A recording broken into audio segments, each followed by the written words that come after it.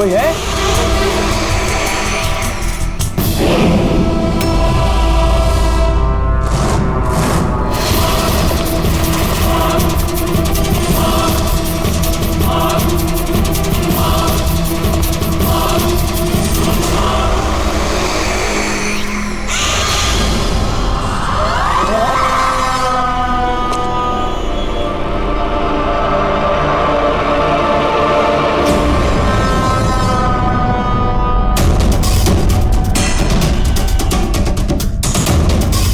कौन है वो?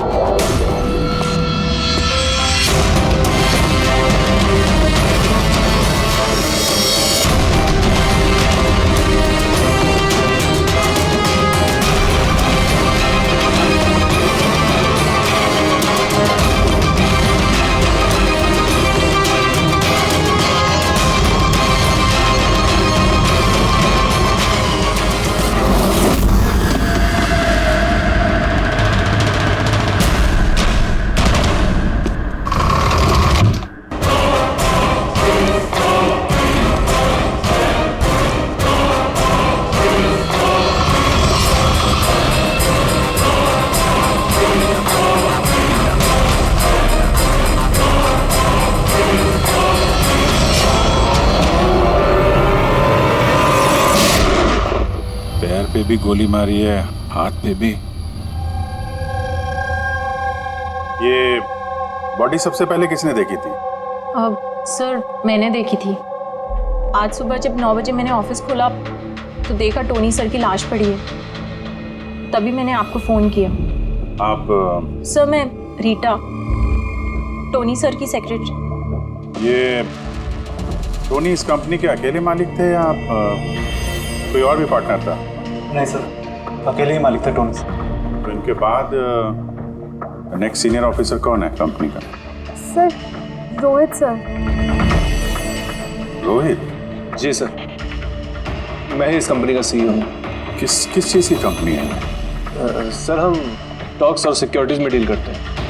सर उनकी बेल्ट और जूते देखे सर, इतने बड़ी कंपनी के सीईओ ये पहन के आएंगे ऑफिस?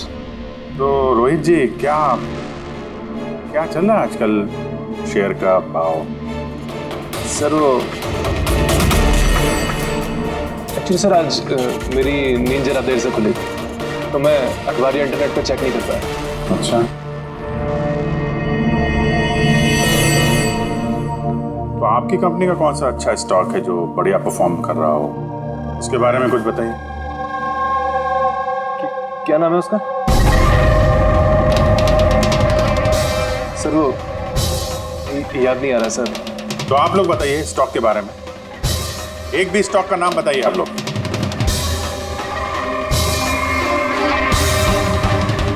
क्या हो क्या रहा है यहाँ पे? सर सच में तो हम में से कोई भी यहाँ पे काम नहीं करता है। काम नहीं करता? क्या मतलब क्या है? मतलब सर हम सब लोग एक्टर्स हैं। मगर ये तो फाइनेंस कंपनी है, इसका फिल्मों से क्या लेना देना? सर फाइनेंस कंपनी तो सिर्फ नाम की है, यहाँ पर सर कोई काम नहीं करता। हम एक्टर को सिर्फ इसलिए रखा है ताकि हम यहाँ काम करने की एक्टिंग कर सकें। एक्चुअली सर टोनी सर से मिलने दिन में बहुत सारे क्लाइंट्स आते थे। हमारा काम बस इतना होता था कि उन्हें दिखाना कि ऑफिस में बहुत काम हो रहा है। ये टोनी क्या काम करता था? किस चीज़ की मीटिंग होती थी यहाँ पे? सर उनकी जो भी मीटिंग्स होती थी वो उनके केबिन के अंदर होती थी। अब वो क्लाइंट के साथ क्या बातें करते थे वो हम में से किसी को नहीं पता सर। और कब से चल रहा है ये सब? सर पिछले 2 हफ्ते से। कमाल है, एक नकली कंपनी जहाँ पे नकली काम होता था उसके मालिक का खून हो जाता है। समझना पड़ेगा एग्जैक्टली यहाँ पे हुआ क्या था। तो यहाँ पे टोनी को पहली गोली लगी है। अगर उसे गोली यहाँ लगी है तो हाँ, उसे भाग जाना चाहिए था, वो तो एग्जिट है, वो वापस ऑफिस के अंदर क्यों गया? शायद खूनी इस तरफ होगा, बचने के लिए इधर भागा होगा। ये हैंडल पे भी खून है, वहां से अंदर आया और फिर वहां पे लेके गया उसको जहां पे खून हुआ। ब्लड ट्रेल इधर भी है। सर ये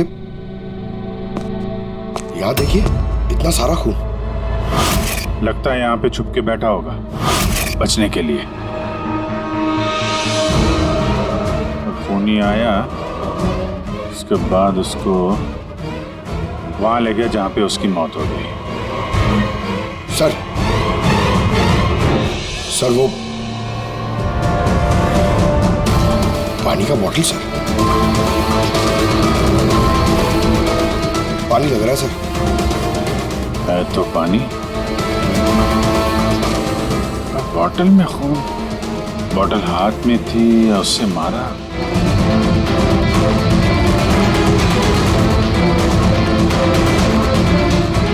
यहाँ तो खून है नहीं, खून तो वहां है, तो इसका मतलब खून यहाँ पे है, तो शायद ये बॉटल यहीं होगी। यहाँ पे छुपा होगा तो बॉटल हाथ में ली होगी बचने के लिए। यहाँ वहां जाते समय गिर गई, यहाँ पे भी खून।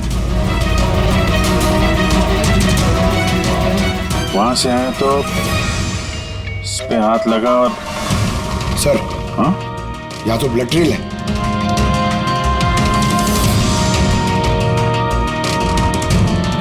यहाँ पे क्या कर रहा था?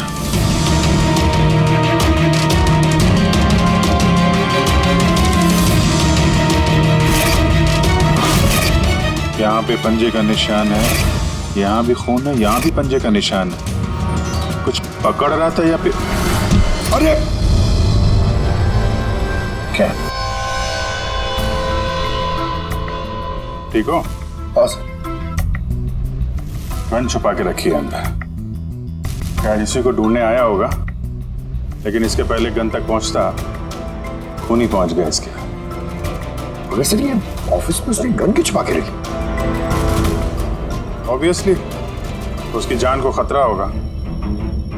इतना गड़बड़ घोटाला करके रखा हुआ था यहाँ पे, एक्टर्स लोगों को हार करके रखा था,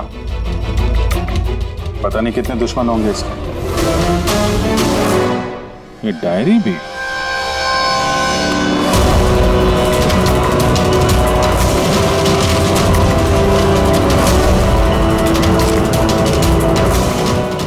कोड जैसे लग रहा है ना सर। कोड वर्ड में लिखा है और डायरी को छुपा के रखा था। जरूर इसका टोनी के मौत के साथ कोई ना कोई कनेक्शन है। ये इसका बॉडी स्कैन चेक किया तुमने? वैसे स्कैन देखा मैंने, बाकी सब कुछ ठीक है। सिर्फ इसके एब्डोमेन में मुझे कुछ अजीब सी गोल गोल सी चीज़ नज़र आ रही है, समझ नहीं आ रहा क्या है। चलो देखें क्या। ये देखिए सर, ये जो गोल गोल सी चीज है ना तारिका, ये मेटेलिक चीज है, कोई something metallic. Metallic, like coin जैसी। एब्सोल्युटली। लेकिन ये इसके एब्डोमेन में आई कैसे? एक काम करते हैं, इसके पोस्टमार्टम से ही पता लगेगा आखिर ये चीज है क्या।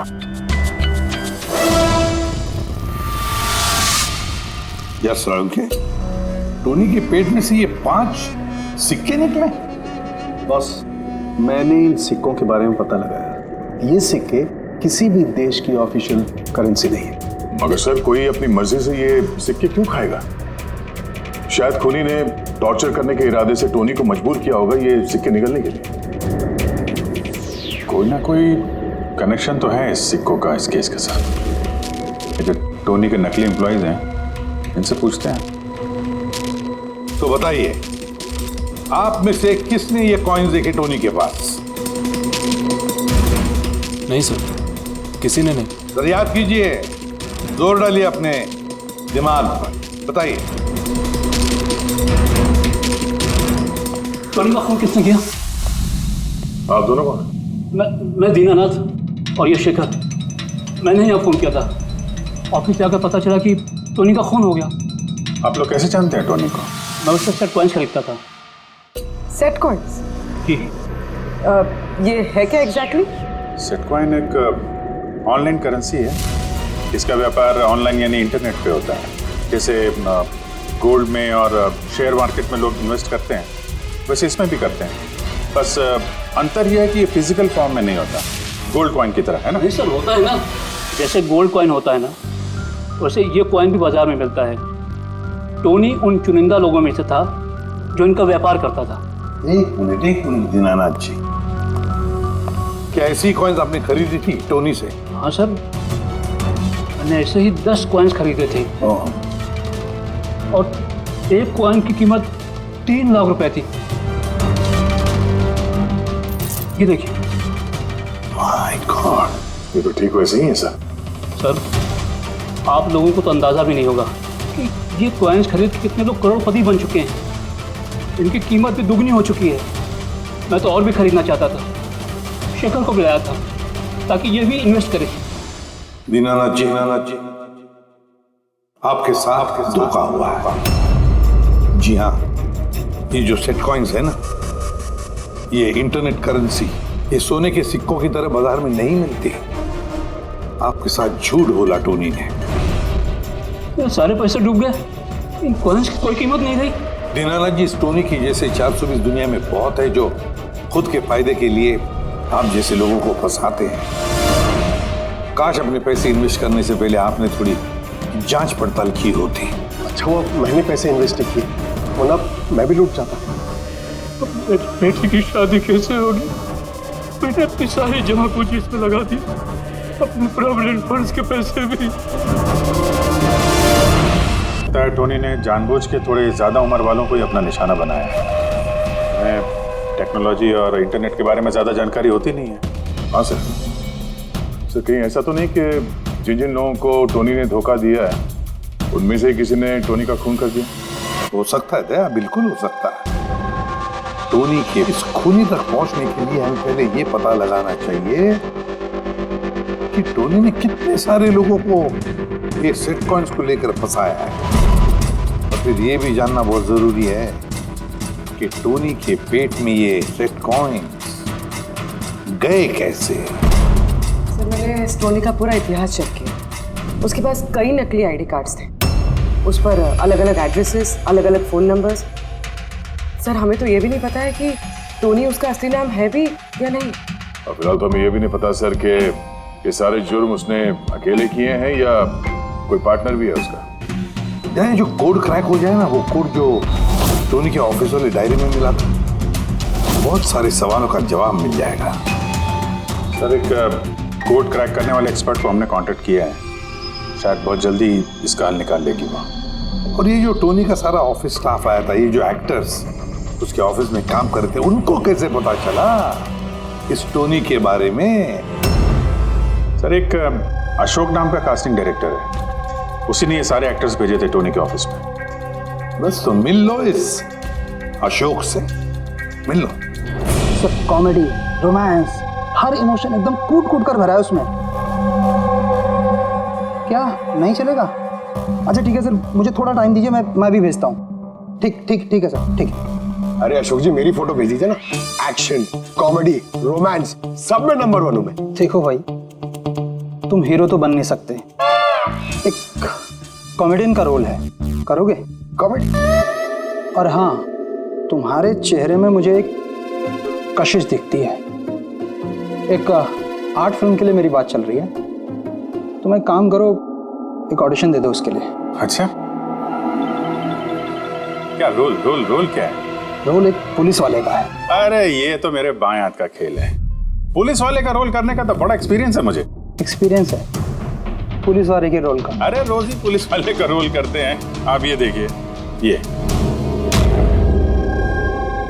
सीआईडी असली है क्या? असली है, और जिस जेल में तुझे लेके जाएंगे ना, वो भी असली है। जेल? अब बजी दिमाग की घंटी। नहीं, कौन है ये? कौन है ये? इसको एक्टर सप्लाई किए थे ना तूने ऑफिस में काम करने की एक्टिंग करने के लिए, भूल गया तू? सर आपको ज़रूर कोई गलतफहमी हुई है। देख, सीआईडी के सामने एक्टिंग करेगा ना तो बहुत भारी पड़ेगा तुझे। यही 11 एक्टर भेजे थे ना तुमने टोनी के पास? हाँ याद आया, भेजा था मैंने, लेकिन सर काम करने की एक्टिंग के लिए नहीं भेजे थे, बल्कि टोनी ने मुझसे ये कहा था कि वो एक शॉर्ट फिल्म बना रहा है और उसको कुछ स्ट्रगलिंग एक्टर चाहिए। जो एक्टर तूने भेजे थे ना उसका इस्तेमाल करके उसने बहुत बड़े घपले किए हैं। सर ये बात मुझे कैसे पता चलेगी? सर पूरे 12 में से किसी भी एक्टर ने मुझे ये बात नहीं बताई सर। 12? सर उसकी ऑफिस में तो 11 लोग थे, ये 12वां कहां से आ गया?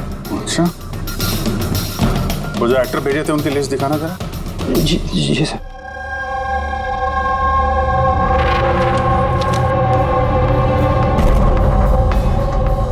ये नया नाम है, ईशा कुमार। ये नहीं थी उस वक्त वहां पे, ये कहाँ गायब हो गई?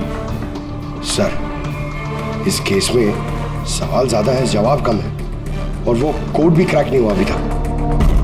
सर रीना जी, आपने हमें यहाँ टोनी के घर पे क्यों बुलाया? और वो उन कोड्स का हल निकाल पाई या नहीं? काफी टेढ़ा कोड है सर, बिना साइफर के हल निकाल पाना नामुमकिन है। साइफर? ये साइफर क्या होता है? साइफर कोई ऐसी किताब या डायरी होती है जिनके अंदर इन खुफिया कोड्स का राज छुपा होता है। फ्रेडी, जैसे अंडरवर्ल्ड की दुनिया में ये चीजों के नाम को कोड्स में इस्तेमाल करते हैं, जैसे गन है उसे घोड़ा कहते हैं, और कौवा मतलब मोबाइल, तो ये सारे कोड्स एक साइफर में होते हैं। अगर ये साइफर मिल जाए तो सारे सवालों के जवाब मिल जाएंगे। सर मुझे लगता है ये टोनी इस साइफर को ऐसी जगह रखता होगा जहाँ से उसे वो आसानी से देख सकता हो या पढ़ सकता हो। लेकिन सर उसका ऑफिस तो अच्छी तरह से चेक किया था, वहाँ पर तो कुछ भी नहीं मिला। तो हो सकता है टोनी के घर पे मिल जाए।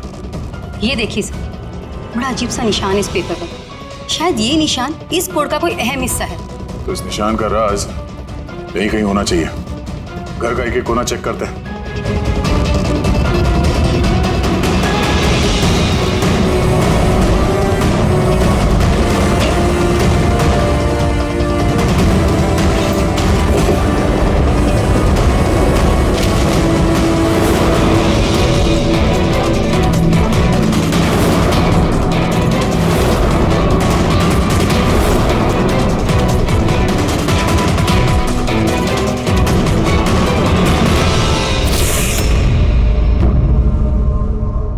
जी, ये देखिए,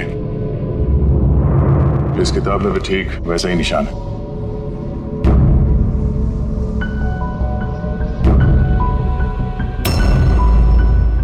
सर यही तो साइफर है। ये देखिए, इस पेज पर सिर्फ 7 सेंटेंसेस हैं और इसके हर सेंटेंस के फर्स्ट वर्ड को हम हाईलाइट करके देखते हैं।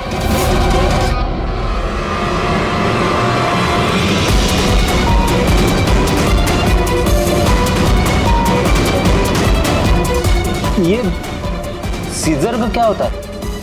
जूलियस सीजर का नाम तो सुना होगा ना? हाँ। लगता है उसके जमाने का कोई पुराना कोड है। तो यहाँ ये सीजर के आगे जी भी तो है। यही तो मालूम करना है कि कौन से सीजर साइफर का इस्तेमाल हुआ है।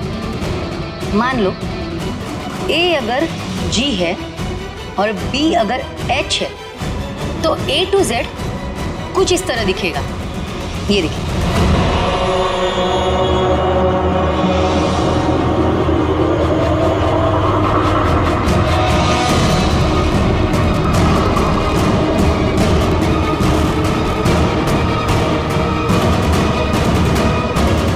हो गया। अब हम इसे फॉलो करके देखते हैं कि हमारा कोड का मतलब क्या है। और हमारा पहला कोड है SUNGTQASGX-10। अब हम इसे मैच करके देखते हैं। SMUONHAN।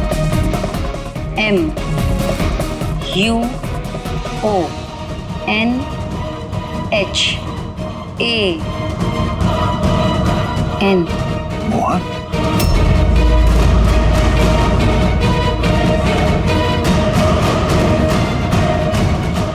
पहले कोड का मतलब है मोहन कुमार 10। सर इस मोहन कुमार नाम का तो कोई आदमी है ही नहीं इस केस में। अगर है ना तो ढूंढना पड़ेगा। ये बाकी के सारे जो कोड हैं उनको भी डिकोड करते हैं। प्लीज कुणाल, तुम समझने की कोशिश करो। मैं पंकज से बहुत प्यार करती हूँ। प्लीज तुम मेरे और पंकज के बीच कभी मत आना। सच? तुम मुझसे इतना प्यार करती हो? Cut cut cut. कौन हो आप लोग? बीच में आगे पूरा शॉट खराब कर दिए। एक मिनट, आप लोग शॉट बाद में लीजिएगा। हमें ईशा जी से कुछ बात करनी है। CID मुझसे? प्लीज चलिए आप लोग प्लीज। ये फोटोग्राफ देखिए। टोनी, इसे पहचान दिया आप? इसका खून हो गया। क्या? मगर कैसे? ज्यादा ओवर एक्टिंग करने की जरूरत नहीं है, कैमरा ऑफ है। तुम बताओ कैसे खून हुआ इसका? मैं कैसे बता सकती हूँ आपको इसका खून कैसे हुआ?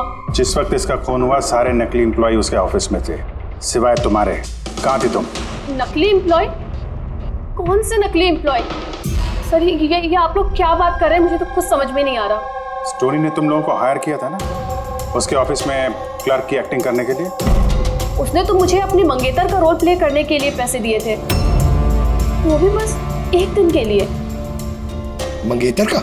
हाँ सर, उसके माँ बाबूजी आए थे उससे मिलने और वो उन्हें दिखाना चाहता था कि वो शादी करने वाला है और वो अपनी जिंदगी में बहुत खुश है। उसने तुमको तो बताया होगा ना अपने माँ बाप के बारे में, सारी इंफॉर्मेशन दी होगी। जी हाँ, बहुत कुछ बताया था ताकि कुछ गड़बड़ ना हो जाए और मुझे याद रहे कब कौन से डायलॉग बोलने हैं। उसके माँ बाप के बारे में जितनी भी इंफॉर्मेशन है तुम्हारे पास, एक एक चीज सब हमें बताओ। Thank you sir. Codes decode हो गए। हर कोड से एक नाम मिला है और नाम के आगे एक नंबर। जरूर ये वो लोग हैं जिनको टोनी ने सेट कॉइन्स बेचे थे, और ये नाम के आगे जो नंबर है इसका मतलब है किसके पास कितने सेट कॉइन्स हैं। जैसे ये मोहन ने ये 10 सेट कॉइन्स खरीदे थे, चिराग 6, विजय कुमार 8, एक्सेट्रा एक्सेट्रा। तो मतलब खूनी इनमें से ही कोई एक है? लगता तो ऐसे ही है। इन सारे बारातियों को ब्यूरो में बुलाओ सेट कॉइन्स के साथ। सर मैंने टोनी को नहीं मारा, आपने मुझे बताया तब तो मुझे पता चला कि टोनी का मर्डर हो गया। कल रात तुम कहाँ थे? कल रात मेरे सर में दर्द था तो मैं कल रात 10 बजे ही सो गया था सर। अच्छा, और कौन है आपके घर में? मेरे घर में बस मैं हूँ सर, और मेरा एक बेटा है जो विदेश में नौकरी करता है। मैंने तो अपने रिटायरमेंट फंड के 15 लाख लगाए थे इसमें। अब मुझे ये समझ में नहीं आ रहा है ये मुझे कैसे वापस मिलेंगे। गन रखते हो ना तुम? सर मेरी गहनों की दुकान है, सिक्योरिटी एंड प्रोटेक्शन के लिए मुझे अपने पास गन रखनी पड़ती है सर। सर सब कुछ तो आपको बता चुका हूँ, अब मैं आपको और क्या बताऊँ? जब तक खूनी पकड़ा नहीं जाता हम तो सवाल पूछेंगे। इस डायरी में उन लोगों के नाम लिखे हुए हैं जिन्होंने उससे वो कॉइन्स खरीदी थी, सेट कॉइन। उन लोगों के नाम और जितने भी कॉइन्स खरीदे थे वो सब, पूरा का पूरा रिकॉर्ड इसमें है। और इसमें जो जानकारी है उससे हम ये पता लगाएंगे कि आखिर आप लोगों में से वो खूनी कौन है। किसने कितने कॉइन खरीदे, इससे ये कैसे पता चलेगा खूनी कौन है? आसान है।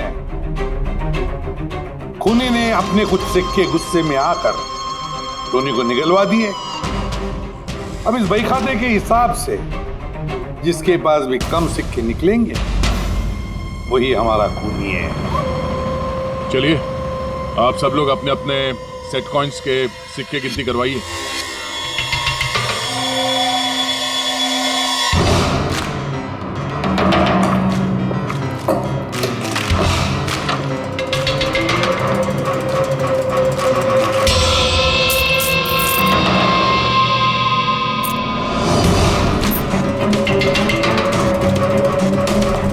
सर सारे के सारे कॉइन्स हैं, एक भी कम नहीं। कोई भी कम नहीं? ये कैसे हो सकता है? अब तो यकीन हो गया ना आप लोग को कि हम निर्दोष हैं। अब ये क्या कहानी है सर?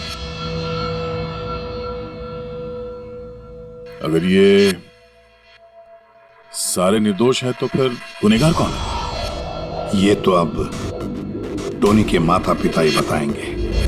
नहीं, ये नहीं हो सकता। हमारा बेटा नहीं मर सकता सर। आपको जरूर कोई गलतफहमी हुई है। हमारा बेटा तो अपने ईमान का इतना पक्का था कि वो किसी का 1 रुपया भी ना ले, और आप कह रहे हो उसने लोगों को ठगा है। मैं जानता हूं ये किसी भी माँ बाप के लिए सुनना आसान नहीं है, पर क्या टोनी की किसी के साथ कोई दुश्मनी थी? हाल फिलहाल में कोई लड़ाई झगड़ा हुआ हो? कैसा झगड़ा सर? वो तो इतना बिजी रहता था कि उसे हमसे मिलने का भी समय नहीं होता था। 3-3, 4-4 महीने बाद घर आता था वो। मिलने नहीं आता था? मतलब कि उसने कई जगह पर अपने ऑफिस खोल रखी थी। कहाँ पे ऑफिस था इसका? दिल्ली, पुणे। जिस शहर में ये टोनी रहा है, कुछ ना कुछ घपला तो जरूर किया होगा उसने। कुंडली निकालो इसके पिछली जिंदगी की।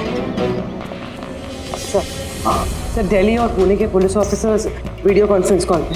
गुड।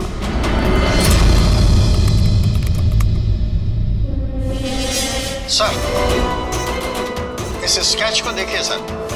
टोनी से इसकी शक्ल मिलती है। इस आदमी के खिलाफ 2 साल पहले यहाँ दिल्ली में FIR दर्ज हुई थी। कई लोगों के साथ में चिट फंड में इसने घोटाला किया था, लेकिन सर इसका नाम टोनी नहीं बल्कि अमर है। सर, यहाँ पर उसका नाम प्रशांत था। पिरामिड स्कीम के नाम पर उसने लोगों को बड़े बड़े सपने दिखाए और कई लोगों के पैसे खा गए। बहुत लोगों ने उसके खिलाफ कंप्लेंट भी दर्ज की। सारे शहरों में यही कारनामा किया सर इसने। एक शहर से बेईमानी का पैसा इकट्ठा करके दूसरे शहर को रवाना हो गया किसी और को टोपी पहनाने। इसका मतलब है इस टोनी के दुश्मन सिर्फ इसी शहर में नहीं, बाकी शहरों में भी हैं। तो खूनी में से कोई हो सकता है। मतलब सर, हर शहर से ऐसे लोगों की लिस्ट निकालनी पड़ेगी जिनके साथ धोखा हुआ है। सर, यहाँ पर उसके खिलाफ कल्पेबल होमिसाइड की केस भी है। ये आलोक नाम के आदमी के उसने पैसे खा लिए थे। वो सदमा वो आदमी बर्दाश्त नहीं कर पाया, इसलिए उसने सुसाइड किया। तो फिर टोनी को मारने का सबसे बड़ा मोटिव तो आलोक के किसी करीबी के पास है। ना तो उसने सिर्फ पैसा खोया बल्कि अपने किसी करीबी को भी खोया है। हाँ, आलोक, पुणे।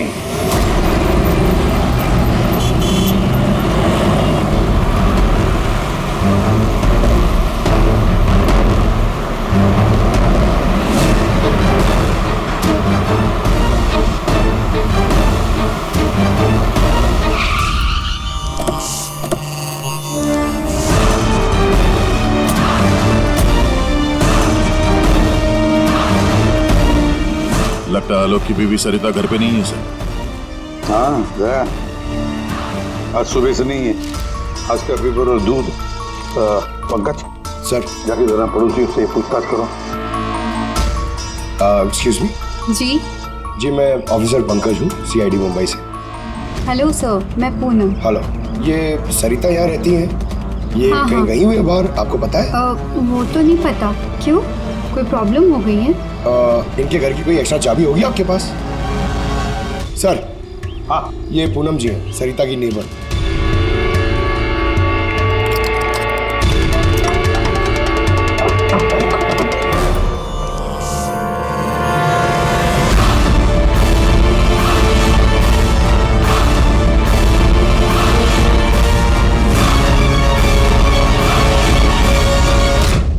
जिस तरह से घर के अंदर ये सामान बिखरा पड़ा है, ऐसा लगता है कि कल रात यहाँ पे कुछ हुआ था। हुआ तो था जरूर दया, कुछ न कुछ तो हुआ था। ये देखो, खून के निशान। ऐसे लग रहा है जैसे किसी को घसीट के यहाँ से ले जाया गया। सर, कहीं किसी ने सरिता का किडनैप तो नहीं कर लिया? पूनम? हाँ सर। सरिता को आखिरी बार कब देखा था तुमने? सर, रात के 2 बजे, जब मैं नाइट शिफ्ट से घर वापस आई। उस वक्त शायद सरिता जाग ही रही थी, क्योंकि यहाँ पे टीवी चल रहा था। उसके घर के आसपास किसी को देखा, कोई आया हो उनसे मिलने के लिए? कुछ और तो नहीं, पर हाँ, एक वाइट कलर की वैन थी जो घर के बाहर खड़ी थी, पर सुबह वो वहाँ नहीं थी। तो उस वैन को पहले भी कभी देखा था यहाँ आसपास? नहीं, कभी नहीं। अच्छा, उसका नंबर याद है, नोट किया था? नंबर तो नहीं नोट किया, मैंने ध्यान नहीं दिया। अच्छा, तुमने कुछ शोर शराबा या झगड़ा वगैरह सुना उस वक्त? हाँ, आवाज़ें तो आ रही थी ज़ोर ज़ोर से, पर मुझे लगा कि शायद सरिता जाग रही है, टीवी देख रही है, तो मैंने उतना ध्यान नहीं दिया। अच्छा पूनम, ये जो तुमने लड़ाई झगड़े की आवाज़ें सुनी, कितने बजे थे? यही करीब 3 बज रहे होंगे। 3 बजे? तो सरिता का किडनैपिंग 3 बजे हुआ था। तो डेफिनेटली ये सरिता का किडनैपिंग और टोनी का मर्डर, इन दोनों का आपस में कोई ना कोई कनेक्शन है सर। 100% है, कनेक्शन 100% है, पर इससे पहले कि सरिता को कुछ हो जाए उसे हमें बचाना होगा। और पंकज सर, ये व्हाइट वैन, सफेद वैन जो पूनम ने अभी अभी बताया, उस वैन की पूरी इंफॉर्मेशन चाहिए हमें, पूरी की पूरी इंफॉर्मेशन।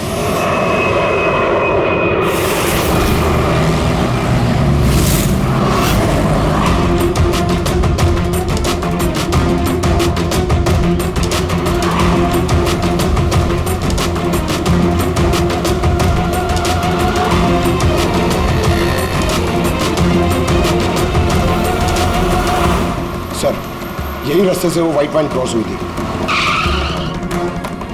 ये रास्ता तो आगे हाईवे नंबर 15 से जाके मिलता। कहीं ऐसा तो नहीं कि किडनैपर्स इस सरिता को शहर से बाहर ले गए हो? सर नहीं सर, क्योंकि वो आगे जो टोल नाका है उसमें गाड़ी क्रॉस नहीं हुई। तो फिर जरूर किडनैपर ने सरिता को टोल नाका और सिग्नल के बीच में कहीं छुपा के रखा। तो सर, इस सिग्नल और टोल के बीच में कोई तो रास्ता होगा जो अंदर जाता है, और शायद किडनैपर्स का अड्डा वहीं कहीं आसपास होगा। हाँ, चलो देखते हैं कोई रास्ता है क्या।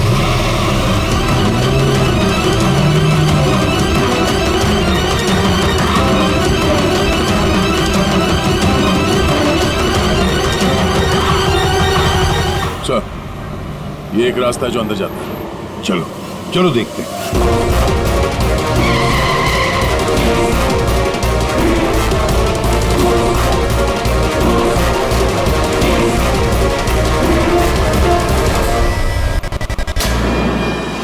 सर वो पीछे।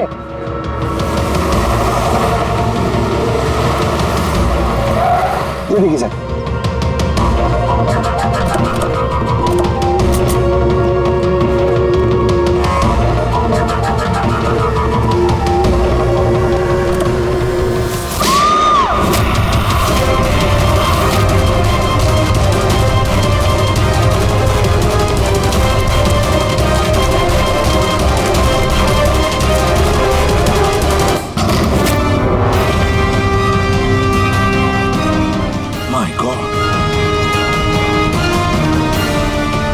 सरिता?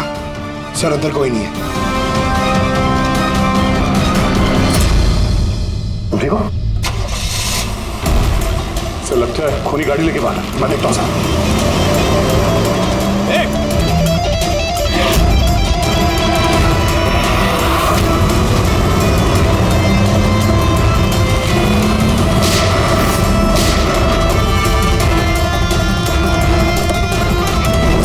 सर एम्बुलेंस आ रही है। सरिता, ये बताओ किसने किया ये सब? उसने मेरी आंखों में पट्टी बांध रखी थी, इसलिए उसका चेहरा भी नहीं देख पाई मैं।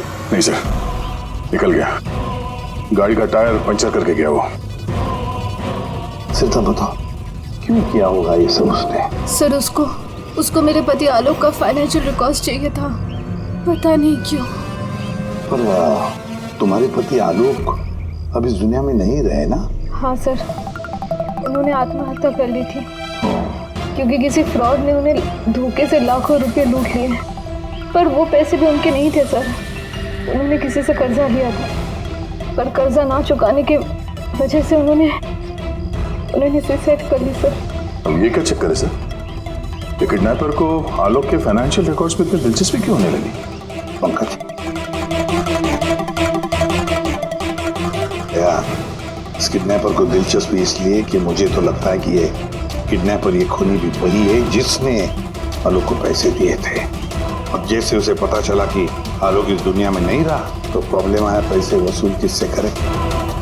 उसे पता चला कि आलोक का सारा पैसा टोनी के पास है तो उसने टोनी को खत्म कर दिया और फिर खुद पर इल्जाम ना आए सारे सबूत मिटाने के लिए उसने सरिता को फोन किया और उसे पूछा कि आलोक का सारा फाइनेंशियल रिकॉर्ड कहां पर है। कौन हो सकता है ये? सरिता सर, एक काम कर सकती हो? हाँ सर। आलोक की फाइनेंशियल रिकॉर्ड्स हमें दे सकती हो? माय गॉड,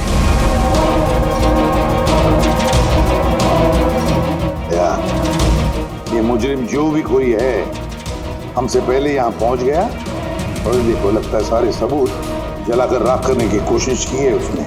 बस सर उस कंप्यूटर के साथ कुछ करना दिया हो जिसमें आलोक के फाइनेंशियल रिकॉर्ड्स हैं। तो फिर देखो जरा कोई कंप्यूटर या लैपटॉप वगैरह मिलता है क्या? सर, हाँ लैपटॉप मिल गया। वंडरफुल। सर, आलोक फाइनेंशियल फाइल। गुड। अब इसकी फाइल ओपन करने की कोशिश करो, जरूर उसमें उसके कर्जदारों की लिस्ट मिलेगी हमें। खुल गया सर। इससे तो कई सारे लोगों से कर्जा लिया है सर, और सबसे ज्यादा कर्जा दिया है इस शेखर ने। शेखर? कहीं वही शेखर तो नहीं जो दीनानाथ के साथ हमसे मिलने आया था? मैं दीनानाथ, ये शेखर। हाँ सर वही है। तो दया, इस शेखर का पिंजरे में जाने का वक्त आ गया। वो सफेद वैन तो मिल गई सर, पर शेखर का अभी तक कुछ पता नहीं चल पाया। सर, शेखर भले ही खून करके भाग गया हो लेकिन ज्यादा दूर नहीं जा पाएगा। फिर भी कुछ ना कुछ तो गड़बड़ जरूर है इस केस में। पता नहीं क्यों लेकिन सही नहीं लग रहा है मुझे। क्या हुआ सर, आपको कुछ और लग रहा है क्या? अब जिस तरह सोचो, ये सरिता का किडनैप होना, उसके बाद में हमें बड़े आसानी से वो सफेद वैन मिलना लावारिस पड़ी हुई, उसके बाद में आलोक की फाइनेंशियल रिकॉर्ड जिसमें शेखर का भी नाम है वो भी बड़े आसानी से मिले हमें। हाँ सर, वो फाइनेंशियल रिकॉर्ड लैपटॉप के डेस्कटॉप पे था। यही तो मैं कह रहा हूँ दया, गड़बड़ है। हालांकि ये ऐसे फाइनेंशियल रिकॉर्ड्स अलग से फोल्डर में होने चाहिए, पासवर्ड प्रोटेक्टेड होनी चाहिए ना सर। लेकिन अगर हमें वो सुराग मिल रहे तो ये तो अच्छी बात है ना। नहीं पंकज, हमें सुराग मिल नहीं रहे हैं, सुराग हमें दिए जा रहे हैं एक के बाद एक, एक के बाद एक। इसीलिए तो मैं कह रहा हूँ ना, गड़बड़ है, कुछ ना कुछ तो गड़बड़ जरूर है। हमें गुमराह करने की कोशिश हो रही है। टोनी के बारे में आपको जो कुछ भी याद है जरा डिटेल में बताइए। बात करने में, लोगों को बड़े से बड़े सपने दिखाने में बहुत अच्छा था ये टोनी। ऐसे किसी से घुल मिल जाता था केवल 2 मिनट में कि जैसे आपको लगे कि दुनिया में उससे अच्छा आपका कोई दोस्त है ही। और हाँ सर, आलीशान पार्टीज वगैरह रखी थी उसने अपने इन्वेस्टर्स के लिए। उन पार्टीज की तस्वीरें हैं आपके पास? सर, हाँ सर, पूर्वी ने ये फोटो भेजी है, सस्पेक्ट के घर से मिली है। अच्छा, तो ये है वो इस पूरे खेल के पीछे। मतलब शेखर भी इसी के कब्जे में होगा सर। इसका फोन ट्रैक करो, शेखर की जान को खतरा है, शेखर को बचाना होगा।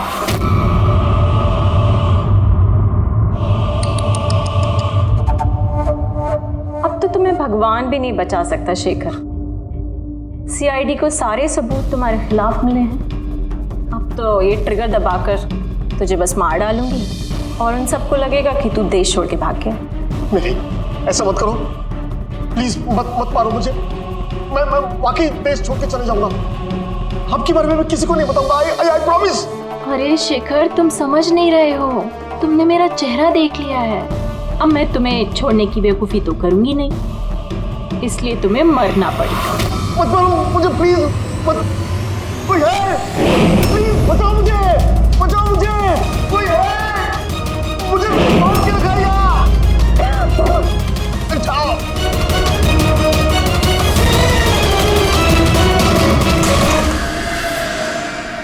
उठ, उठ।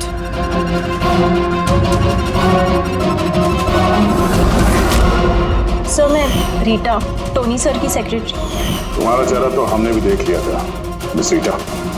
मैंने तो कोई सबूत, कोई गवाह कुछ नहीं छोड़ा था। तो आपको कैसे पता चला?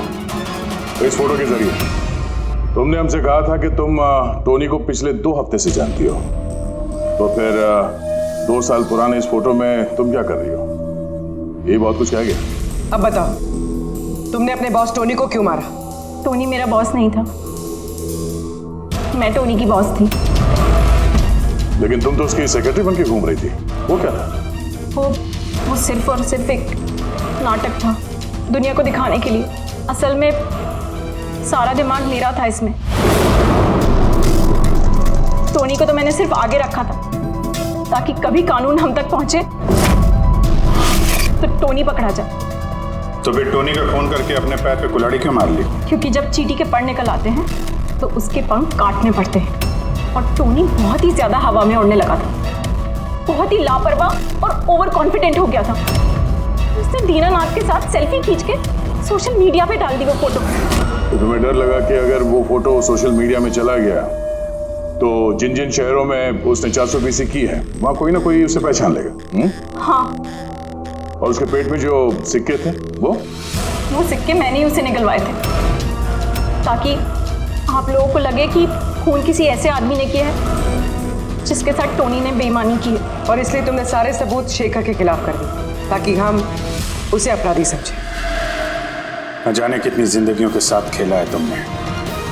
देश भर में न सिर्फ लोगों के पैसे चुराए बल्कि उनकी खुशियां, सपने सब छीन लिए। कड़ी से कड़ी सजा मिलेगी तुम्हें इस जुर्म के लिए।